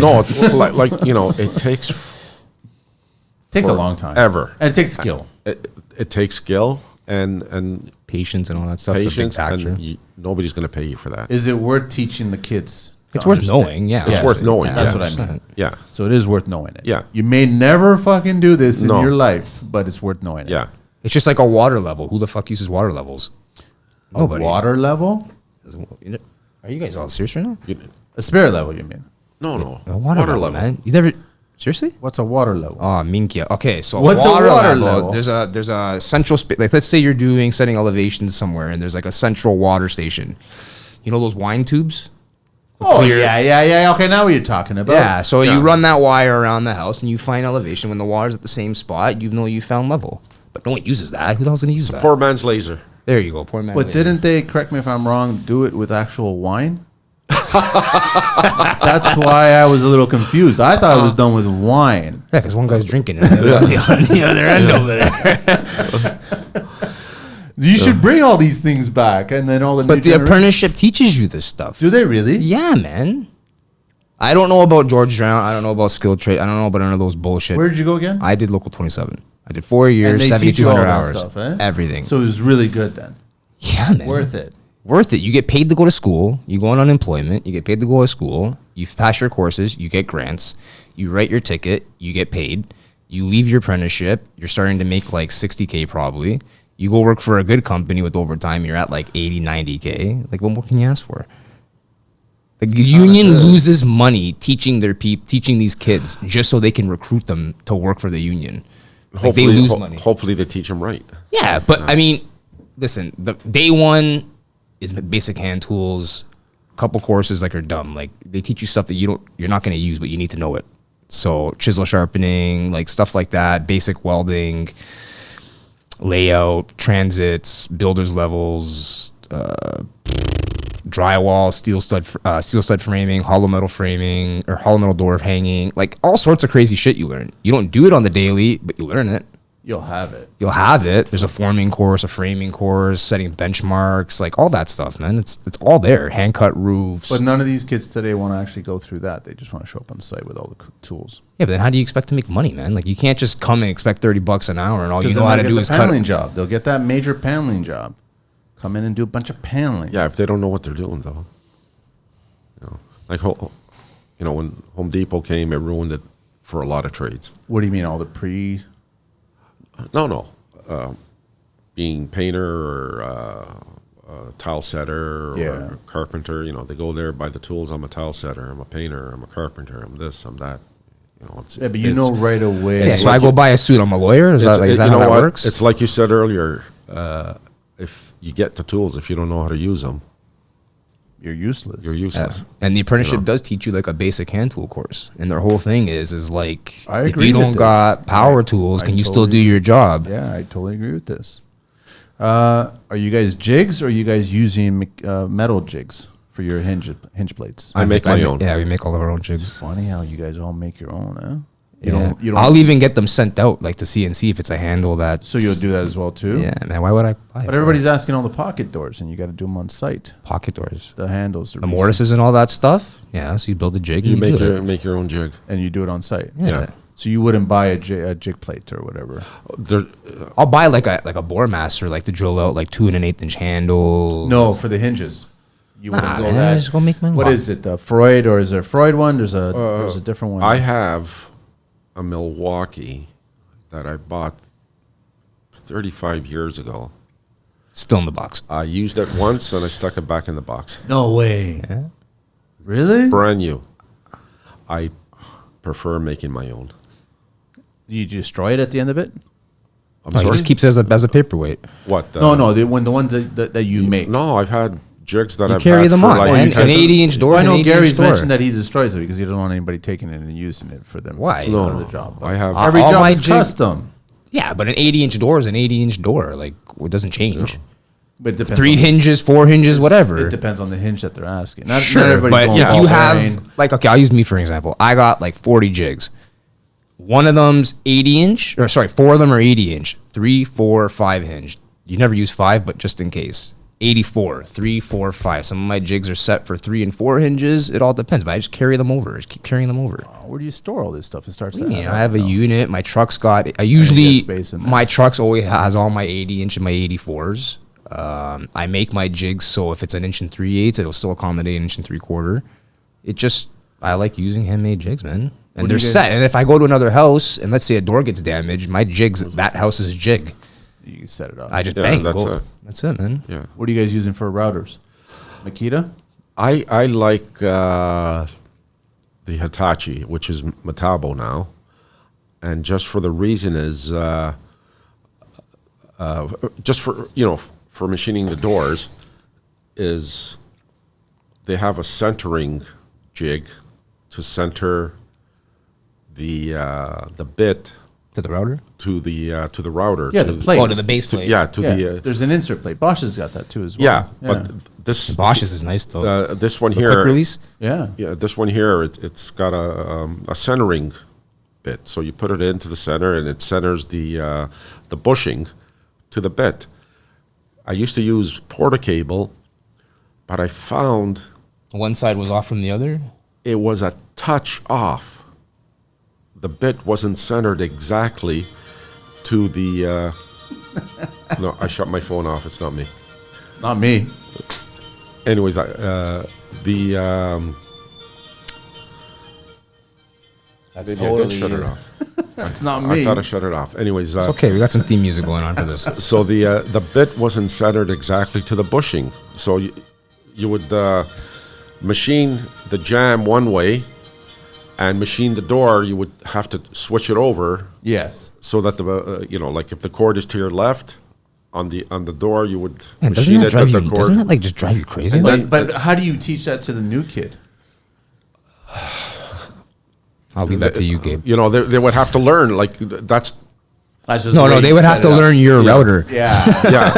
yeah. So and I found this Hitachi and I said, oh wow, and it was fantastic. And you just go ahead and the bit is centered nicely to the bushing, and you just go.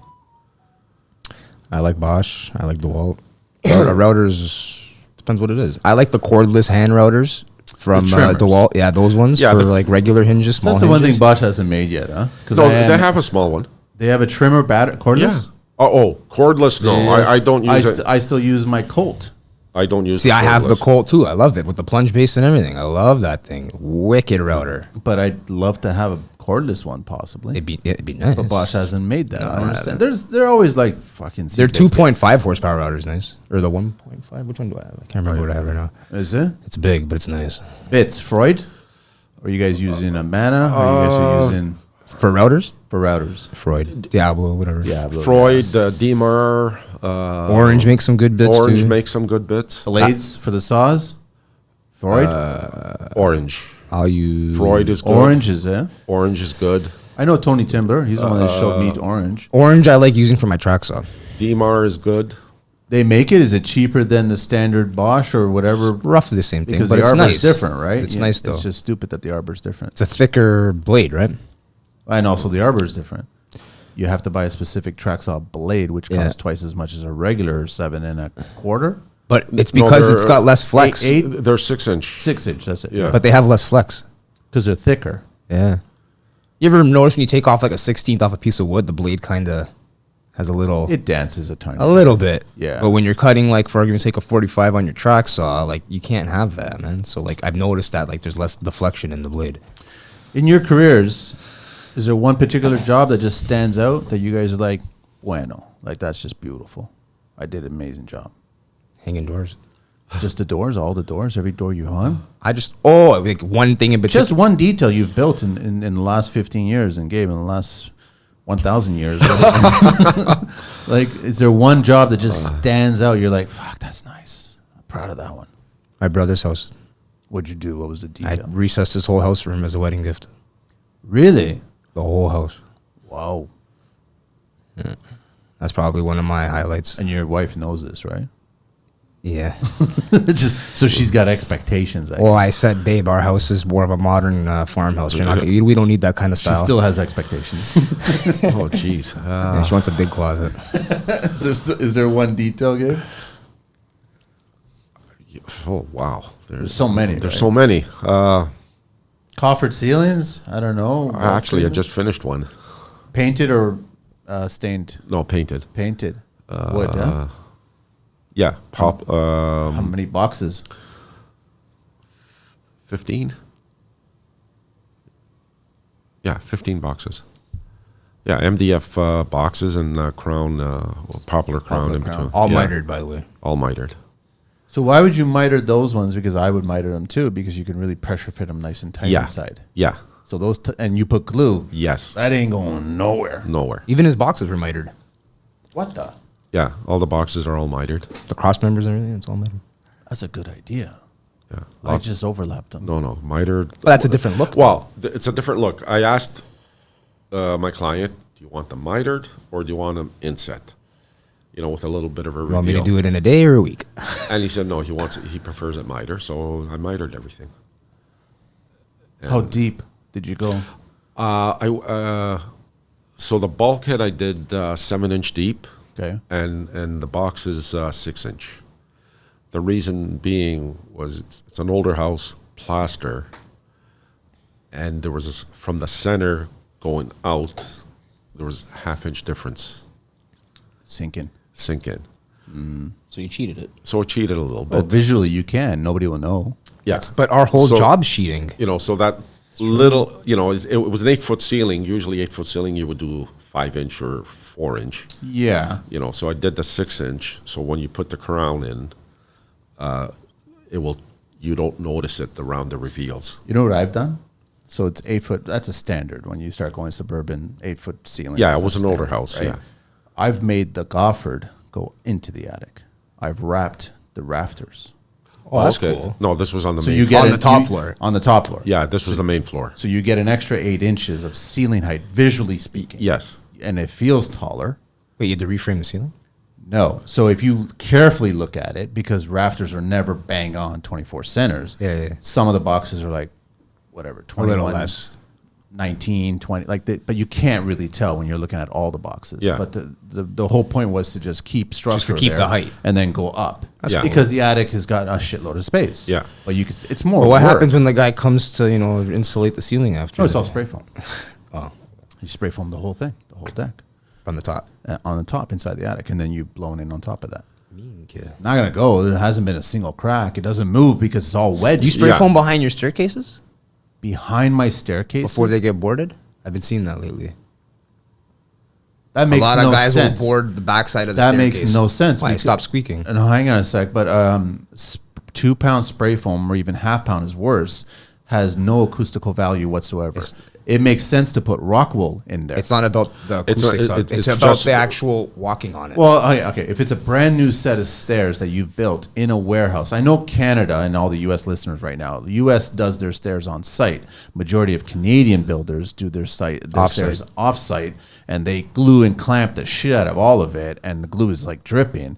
That's never gonna squeak, man. If that staircase is done properly, it's never gonna squeak. Fair. It's a good idea to put some material. I would not put spray foam. I would put rock I've been wool. seeing guys Rock literally. wool will dampen. They've just been spraying it to reduce any future squeaks. That makes no sense. Like where the riser meets the tread and all that because stuff. spray foam will still separate from wood. I'm that's not that's a disagreeing. whole I'm other not argument in disagreeing. wall I'm cavities. not When you disagreeing. put it in between studs, spray foam will still peel away from a stud. So that makes no sense.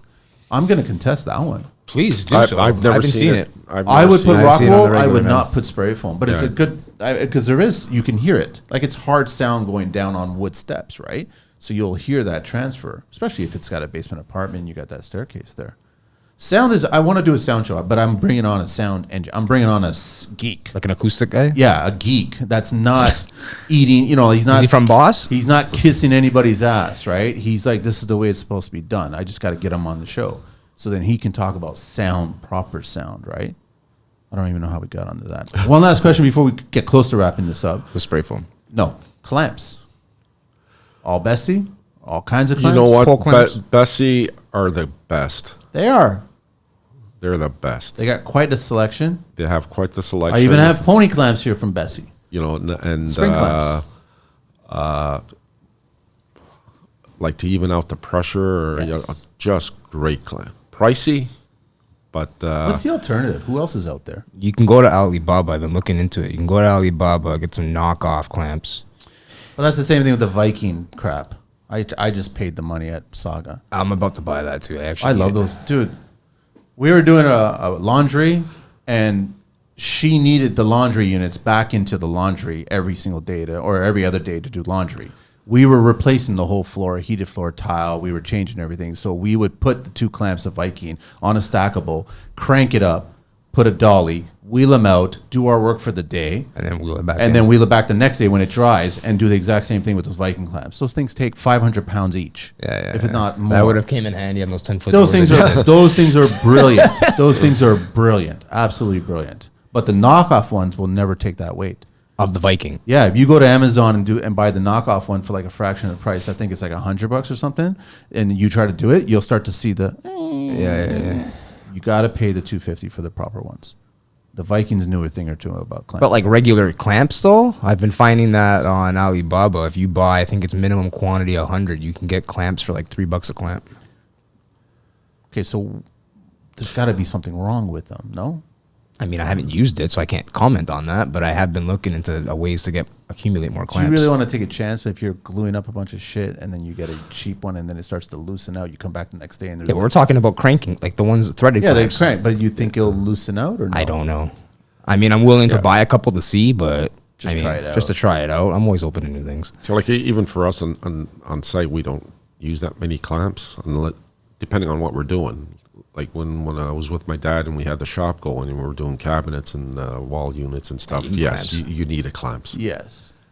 And, Just to hold it in place, line it yeah, up. of course. Like if we had to glue pieces together overnight, and the, like I said earlier, the Bessies were the best. You guys were making the cabinetry all by scratch in a factory, yeah? Yeah. Wow. Yeah. They don't do that anymore. Eh? No. It's all CNC'd and Yeah. paint sprayed. It's Yeah, all so- it's all empty, yeah. Or IKEA. Yeah. So yeah, we were doing, old fashioned armoire sets, bedroom sets, tall boys, drawers, and stuff like that. Dining room tables, Where they hutches, hide all those fancy crystal stuff, hutches and stuff like that. You guys getting a lot of work for built-ins on site, or no, not enough? They're going prefab Yeah. design. I try finish. staying away from that stuff, to be honest. You don't want to Yeah. do that, eh? It's just time consuming. It's time consuming. I've done a few. Like I said, when I was with my dad and we had the shop, we were doing a lot of built-ins and stuff. But now it's all. There's so many cabinet shops out there. It's You can just measure it up, fabricate it. and that's You it. can go to Install Rona. it. They got a section now, just already pre-built cabinets. Really? Just skeletons. You just go there, pick your sizes, install them, buy doors from the door maker or whoever. And then just- trimming it out with the same trim. Trim looks it out, custom. And you're done. put fillers, and that's it. You're done. It's done. So how do we get more money for you guys in your trims? How do we what? Get more money. You're underpaid. We started this whole show talking about you guys are underpaid. Every Nobody. trade is underpaid. Yeah, but that's also a factor of people that you're working for. At this point now, I think we're just gonna start picking and choosing who we work for. That's So one clients that respect the skill that Yeah. you're bringing. Yeah. Like if I'm gonna take care of you, like fix shit on as the job goes on, like just acknowledge it, man. Just like reward me. I'm not saying every single item that I touch, but like if you know that I'm spending an extra 3-4 days, like just shine some light on that.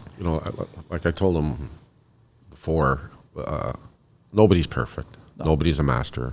If they tell you otherwise, they're full I of mean, shit. Gabe, you're not far from it though, by the way. just so you know. But we go into a house. We take pride in our work. We want the customer happy, and if they know you by rep or that work that you've done for them before, they won't haggle with the price. No. They will not haggle with the price. I've priced out jobs. They say you're too high. Fine. Somebody does it $10,000, $12,000 less. Yeah, but why is it $10,000 less? Then they call you back.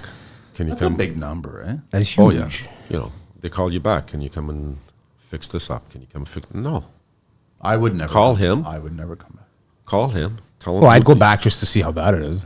Well, but I wouldn't do the job. I No, wouldn't do the job I don't do it either. I call him back. You've paid him. Let him fix it. I'm not coming to fix other people's work. That's more work on your end. But you're taking a chance because they're going to stiff you. That's true too. Because And they probably already got stiffed. they've already paid out for the work. Now they want to pay you. They want you to finish or fix what they've screwed up. Are they going to pay you? it's a chance. I just say no. Call him back. I think one of the worst inventions in trim carpentry ever would be the 1 3/8 door. I don't like 1 3/8. Yeah, but they've been around forever. It doesn't make it right. No, It's just a cost-effective door, though. I don't like I them know, either. but when you grab a door and you open it, Stevie Wonder can tell that it's 1 3/8. Yeah, or no, 1 it's, 3/4. There's a Oh, difference, yeah. right? No, I'd like the 1 3/4. Yeah. Yeah. There's just a weight, a feel. Even the 80-inch, 1 80, 3/4. exactly, even yeah, 80 but inch. now Yeah. we're opening up a can of worms. Why? Because 1 3/4 door, 80-inch, it's Well, heavier, 4 and bigger 5/8 hinge, more jam. Well, Like then it's a whole different ball game You now. should fatten all the interior walls for a variety of reasons. First of all, we argue all the time. Mechanical walls, when they design bathrooms back to back to each other, they put a stupid 2x4 wall. Yeah, it Should be like 2 by 6. That should be a minimum 2x6, if not 2x8. Yeah. So then you can put all the plumbing properly in there and still Swiss cheese the whole out of it, Yeah. and then protect the plate. The other thing is too is the plumbers come in and they get these big the boring things, and now these walls are like dancing in the stuff between the drywall. So I think all your interiors should be 2x6s. yeah. There should be 5 and 5/8 jams. Yeah. But then it's a trickle. It's a can of worms. Exactly. It's like now poplar more money and all this Yes. other shit. Like if that Yeah. was the standard, that'd be a different thing because there's no option. Yeah, but we're back to you think pre-hung jam or chim. No, but if there was that's no, never going to disappear. No, It's always going to be there. No. guys are getting paid like $2,000 a house in subdivision. They slap it together. It's like To it's hang all the peanut- doors? It's peanuts, Oh, man. 2,000? Well, depending on the size of the house. I'm not saying Well, an that's- average subdivision house is what? Maybe 2,000, not including the basement. 2,000. all like townhouses and stuff. Like you're only getting paid peanuts to be in there. If you're not out of there in like 2 days, you're not making money. You're man. not making money. Very little, and it's piecework, and That's the guys so under you are hourly. scary. So Like, you I have hear all your about that. guys Yeah. having bad days. You're gonna have a horrible week. You know, Guys are hanging drywall in like one day, huh? oh, it's crazy. It's crazy. Even the tapers now, all they do is box mudding. They don't even have skills in hand troweling anymore, because just pre-fed automatic boxes now. That's scary, man. It's only going to get worse. Corner right? beads are stapled. Well, I keep telling my buddy, I got maybe another 20 years in here and then 6 feet under, and it's everybody else's problem. You going to make your own casket? I'm building my own. The Line law, box, man. the law doesn't make you. You can't build your own casket. No, What do you mean you can't build your own you casket? can't build your own casket. So if I built it for you, does it make a difference? No, you have to go to a casket company. Are you kidding me? Seriously? I'm not kidding you. Can you buy this is a little morbid that we're having this conversation, but can you buy your own pine box casket, or does it have to be a fucking Cadillac with silk and No, shit? you could buy your own pine casket. Yes. Okay, all right. Yeah. And then can I soup it up? Because that doesn't make any sense to me. I you- never you- understood mahogany or whatever special. Yeah, I know. So wait, hold on a wood. second. Hold on. Let me just get this right here. Because my head's kind of turning around. So you're telling me if I've spent my whole career designing my own casket, I can't build my own casket. I'm No. going to challenge that. The government doesn't allow you to do that. Yeah.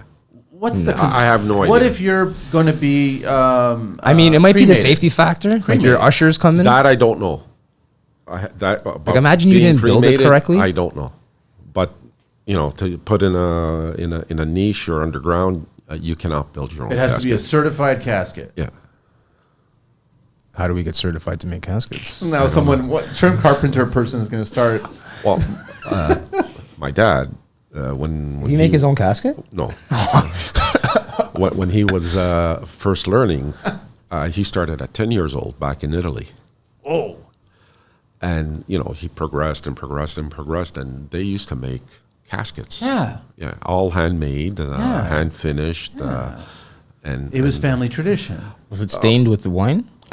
probably. and that's how he learned, and then from there cabinets and stuff and whatever, but everything was all, mind you, it's in a small town. If the laws have changed there too, I don't know. Listen, in Portugal, we have cemeteries where after so many years, it's dug up, and then the next family member that passed away goes in that plot. So that, But that plot stays with that family? yes, Yeah. So you remove whoever passed Yeah. away, but I mean, there's a certain period. I think it's like 10 or 15 years. You got to wait. Then you remove the bones and you put the new person in there. What do you do with the bones? This is what I went to a funeral when I was there one time. and someone then passed they away. put them in an urn. But the thing is, Can't they like over dig the grave and then? I don't think you can. I think it's like you only have a certain. It's just kind of the way it is. Yeah, It's I just don't know, done, right? Yeah, it's a space. Like in Italy, it's the Yeah, same that's thing. exactly it, right? So there's only so much space. So Yeah. then don't die too soon. Yeah, 'cause we gotta still wait.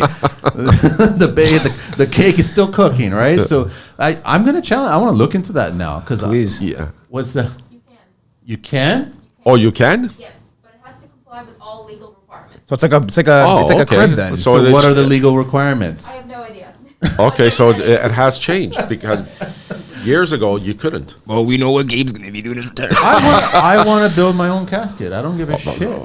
I do not need a fancy casket. I do not need all these bells and whistles. No. man. Why, you're not gonna go to Seattle and get them to make you like a custom stone Pine recess? box. Pine box, Pine that's- box. Can we take these ticket stubs and lacquer them on it? Yeah. No.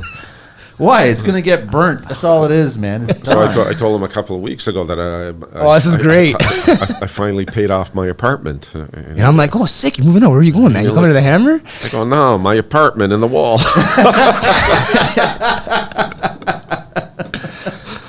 It's kind of twisted, huh? We got to get it to a certain point where we're having all this conversation. Well, I'm getting up there in years. So, Oh, I yeah. know. But you just saying that you got another 20 years. I mean, good on you.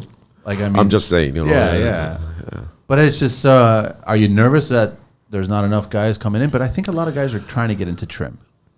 The rock stars of construction, right? A lot of guys want to be on Instagram, influencers. Yeah, that's what it is, right?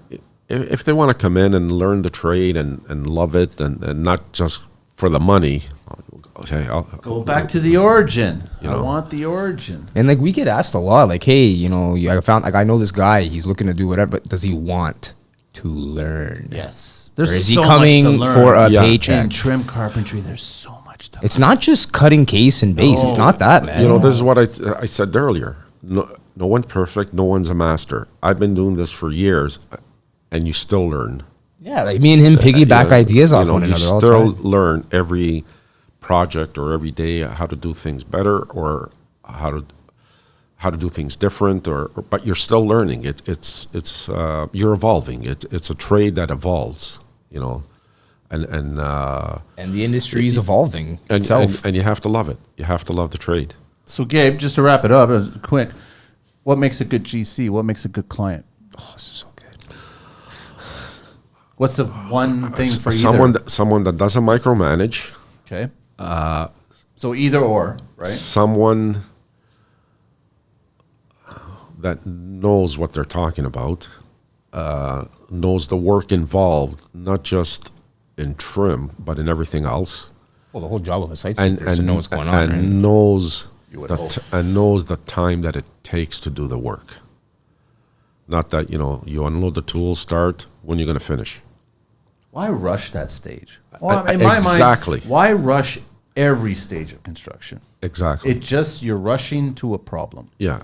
Yeah, but it's and- not even so much the contractor. It's a lot of times it's the sub trade. Fuck, I gotta finish this job, man. I got another one coming up at the end of the week. We gotta get it done. We gotta get it done. No, but sometimes the contractor wants things done fast, and like you said, especially the finishes. That's what people see.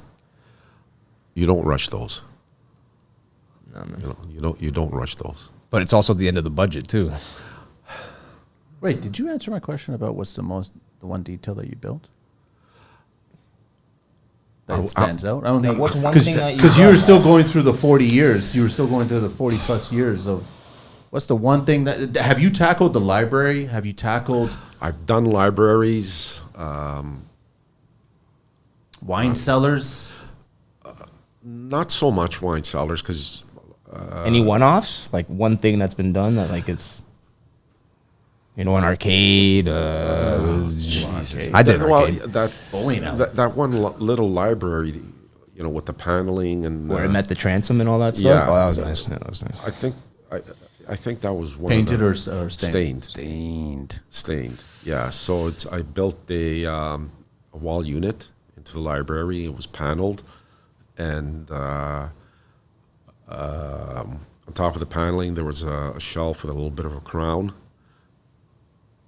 and all the way around was all the same level as a transom from the window, even into the bookcase. So that came out good.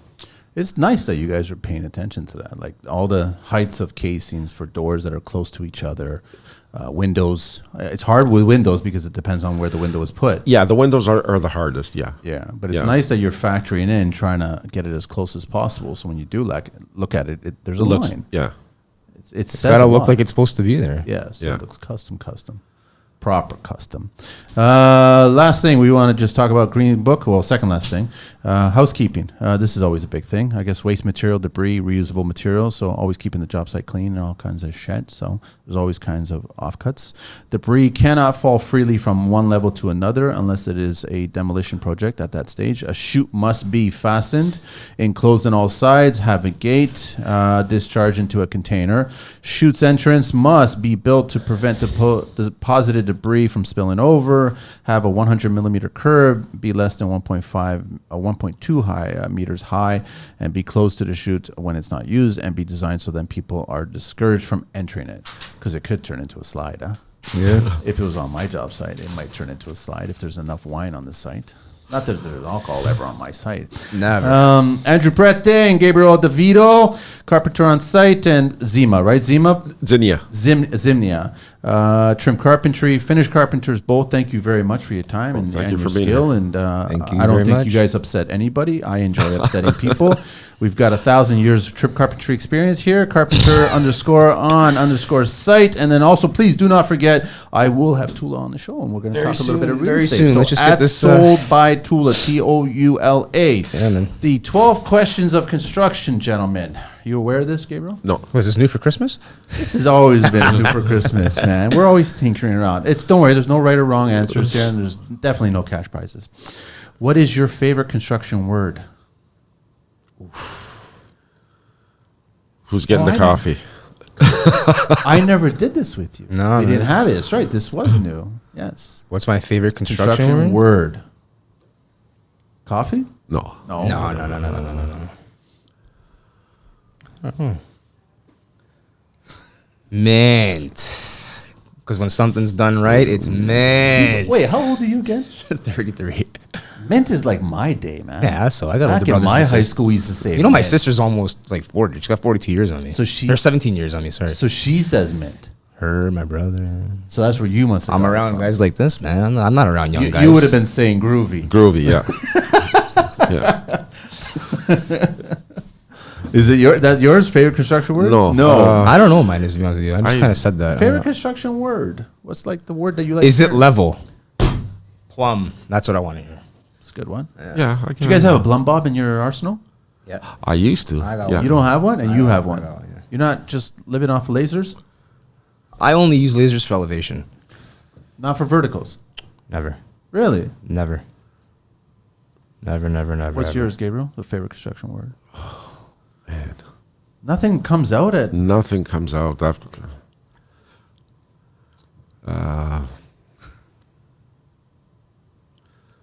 A plum, I guess, too. I don't know. Is a level. What's your least favorite construction word? This might be Make easier. it work Hurry up. What turns you on in construction? when it works. Yeah. When it Or, works. or straight wood. What turns you off in construction? Guys that don't know what they're talking about. Lack of knowledge. Lack of knowledge. Just learn. You might like it. What's your favorite curse word? Fuck. Can be in Italian. Oh, mine? Yeah. Oh, Actually, Still no. the same? same. Same. Yeah, probably fuck. Or stow boots or something along those lines. Sto boots? Yeah, like What's stow sto boots boots. mean? It's like some Greek word, stow boots. Sto boots. What's it mean? I don't know. It's like stow boots. Like, get out of here. You know, like, Oh, okay. What's your favorite vehicle? Anything in the world? business wise or just in general? Anything. Ram pickup. You're a pickup guy? Yeah. Which one? Ram. Rams. Been a lot of Ram guys lately, man. Maybe the TRX is just changing the landscape now. What's the TR? TRX is the factory Hellcat engine, 749 Okay. horsepower, off the assembly line pickup truck. I know. Or that, either Yellowstone. One or the other. It's a good man. show, by the way. It's a great show, by the way. Yeah. I wish they would favorite just vehicle? drop I don't know, man. all the episodes at once instead of fucking waiting every single week. You don't have a favorite vehicle in the entire world? I do, but like, I don't know. Lada? I'd probably, if I had to, It's not even expensive. I'd probably rebuild the first car that I had. Which was? It's nothing special. It was just a Honda Civic. Nothing crazy. It was just a nice car to be in. I was Nice. comfortable in it. What's your least favorite vehicle in the world? The Ministries.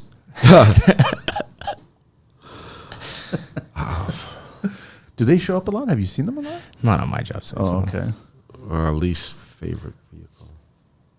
I'm not much of a sports car guy, so Any sports car. yeah, any sports car. What construction sound or noise do you guys love? A fresh blade cutting into wood. Yeah, a well-working router. Factory fresh blade or sharpened fresh blade?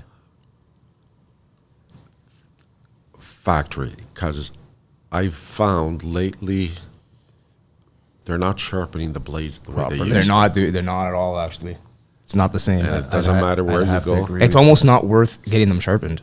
because they don't sharpen. You know, So before they used to sharpen. They would give it a lot of love, and Now- I always felt that it was always a nicer cut when it came back. Better Yeah, than the now factory. it's- Before. now, Not now it's. I agree. I don't know. They're not. Well, a they're lot not of the sharpening sharpening. guys are retiring too, right? That's the thing. You'll never hear that sound anymore in the streets, eh? Ding ding, ding ding. Actually, I sent my chisel to one of those guys one time, and he murdered it. Did he really? Murdered Was it. he I gave not him a paying shitty. I attention? gave him a shitty chisel just to test him out, And and he it did a just shit job? yeah, he took off like 20 years of metal, man. Like it's Yeah, just no, crazy. I sharpen my own chisels. Yeah, same. Part of the apprenticeship. Part of the apprenticeship. Chisel sharpening.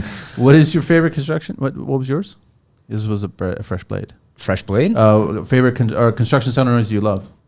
Probably just a well-working router. What construction sound or noise do you guys hate? Compressor. Yeah.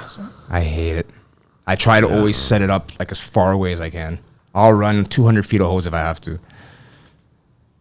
Both? Same, huh? That or a fresh blade cutting into a nail. And why is it? Is it just me? You know it's about to happen. Yeah, it's yeah, like yeah. you're literally a millisecond. It's just about, and then it happens. Yeah. Or like a clogged gun. That sound. That. Yeah, I hate that too. What profession other than your own would you guys like to attempt one day? Anything. Doesn't have to be construction related. Anything. Well, I'm too old to try anything else. That's but, not true. I don't think I'd leave the industry. I'd probably just do a new trade. Which one? Either electrical or plumbing. Yeah. One of the two. Same here. Potentially HVAC, but I wouldn't leave the trades. Another trade? Yeah. What profession would you guys not like to do? Lawyer. not like to do. Fucking A, lawyer. Be a designer. Really, huh? Yeah, man. Just wouldn't want to be that. But there's the good ones out there. There are. But, I mean, I'd rather be on the tools. Last question. If heaven exists, what would you guys like to hear God say when you arrive at those pearly gates? Good job. You ready to renovate? Gentlemen, thank you very much, man. Thank you, Andrew, so much for bringing Gabriel here on the show. No and this has problem. been an entertaining show and informative and educational. Listen up, boys. This is what it's all about, man. Boys and girls. Just reach out and talk to these guys and don't bullshit. We're hiring all Bullshit apprentices. meters are on high alert, so that it won't get you far if you bullshit. Just be honest and true, and if you got a passion for this, man, fucking jump right in. Can we shout out to the apprentices out Of there? course you can, totally. We're hiring always, always, always. Just have a car and a good work ethic and you're on. That's it. Simple as that. Literally, we're hiring. Like, contact me, please. You got too much work going on? We're giving away work. It's just unbelievable. Are you guys teaming up now for good? Yeah. Yeah. Wow, eh? So you're going to get some experience if you come on team. It'd actually be a great environment to be around. Yeah, man. We're trying to stimulate new people. It's all we need. So reach out to him, Andrew Prete at Carpenter _ And not on underscore. Instagram. Shoot me a message direct. How you got your number on the On my Instagram? on Instagram? I'll put it out there. 647-207-7738. Just shoot me a message. I'll put it in the notes too, so everyone knows to get. And we're being serious. We're hiring. We're looking for guys. So if you think that you got something to bring to the table, by all means. But also understand that you'll learn a shitload. Yeah, we're gonna expose you to stuff that you're not exactly taught on a daily basis. So that's all I could ask for. Thank you, Gabriel. Thank you, Very Andrew. welcome. Thank you. Great show. Thank you, Angelina. I think we're out of here, man.